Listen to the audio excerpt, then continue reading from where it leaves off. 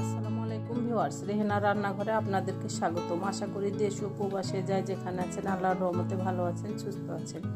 আজকে আমি আবার একটা দারুণ মজার রেসিপি নিয়ে চলে এসেছি। আজকে আমি ব্রোকলির ভর্তা করে দেখাবো। এখানে আমি একটা গোটা ব্রোকলি নিয়েছি। ব্রোকলিগুলোকে আমি কেটে ধুয়ে পরিষ্কার করে নিয়েছি। তাহলে চলুন কথা না বাড়িয়ে কিচেনে যাওয়া যাক। চুলায় আমি কড়াই বসিয়ে দিয়েছি। এবার আমি ব্রোকলিগুলো দিয়ে দিলাম। আমি এবার সিদ্ধ হওয়ার জন্য পানি দিয়ে দেব। এখানে আমি 250 গ্রাম পানি দিয়ে দিলাম।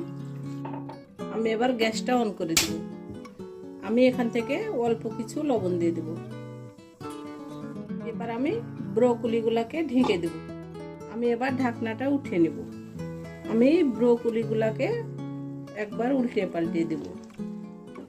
আমি এবার ঢাকনা দিয়ে ঢেকে ব্রোকলিটাকে সিদ্ধ করে নিয়ে একেবারে ফিরে আসতেছি।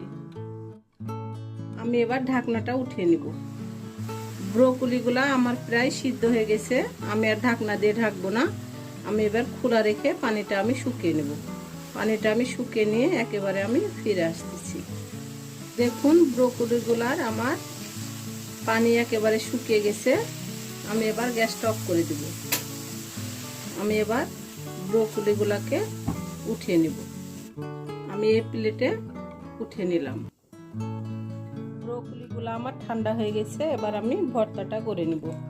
আমি সিদ্ধ করার সময় লবণ ব্যবহার করেছিলাম। আমি দিয়ে দেব স্বাদ অনুযায়ী লবণ। আমি এবার মরিচটাকে ভালো করে চটকে নেব। মরিচটা আমার চটকানো হয়ে গেছে। এবার আমি পেঁয়াজগুলোকে চটকে নেব। এখানে আমি বড় সাইজের 2টা আমি পেঁয়াজ ব্যবহার করেছি। আর আমি এখানে বড় সাইজের 3টা আমি মরিচ ব্যবহার করেছি। ঝালটা আপনাদের ইচ্ছা মতন, কেউ বেশি ঝাল খেতে পছন্দ করেন, আবার কেউ কম ঝাল খেতে পছন্দ করেন। ঝালটা অবশ্যই বাড়িয়ে কমিয়ে নেবেন। তবে ভর্তাতে ঝাল হলে ভর্তাটা খেতে খুব মজাই লাগে, খারাপ লাগে না। পেঁয়াজগুলো আমার চটকানো হয়ে গেছে। এবার আমি দিয়ে দেব সরিষার তেল। আমরা যেহেতু ভর্তা করছি আমাদেরকে অবশ্যই সরিষার তেল ব্যবহার করতে হবে। এখানে আমি 2 টেবিল চামচ সরিষার তেল দিয়ে দিলাম। এবার আমি আবারও ভালো করে চটকে নেব। আমার রেসিপিগুলো যদি ভালো লাগে তাহলে আমার ভিডিওগুলো দেখার অনুরোধ রইল। যদি ফেসবুক থেকে দেখেন তাহলে অবশ্যই একটা ফলো দিয়ে দিন। ইউটিউব থেকে দেখলে একটা সাবস্ক্রাইব করার অনুরোধ রইল। হাতে যদি সময় থাকে লাইক শেয়ার কমেন্ট করে দিন। আপনাদের একটা শেয়ারে আমি অনেক দূর এগিয়ে যেতে পারবো।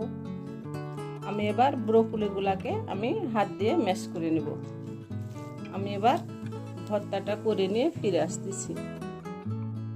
ভর্তাটা আমার পুরোপুরি কমপ্লিট। এরকম যদি একটা ভর্তা থাকে গরম ভাতের সঙ্গে তাহলে আপনার অন্য আর কোনো তরকারি লাগবে না। 1 প্লেট ভাত নিমিষে খাওয়া হয়ে যাবে। আমি এবার উঠিয়ে নিয়ে আপনাদেরকে আমি পরিবেশন করে দেখাচ্ছি। প্লেটে কিছুটা ব্রোকলি ছিল। আমি গরম ভাত মিশিয়ে মেখে আমি খেয়ে নেব। অসম্ভব মজা হয়েছে। যারা ব্রোকলির ভর্তা এখনো খাননি তারা একবার হলো ব্রোকলির ভর্তাটা খেয়ে দেখুন।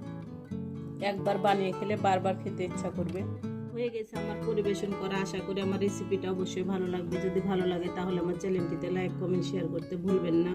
বেশি বেশি করে সাবস্ক্রাইব করার অনুরোধ রইল। তাহলে আজকের মতো এখানে বিদায়। আবার অন্য কোনো রেসিপি নিয়ে আসবো। সবাই ভালো থাকবেন। আল্লাহ হাফেজ।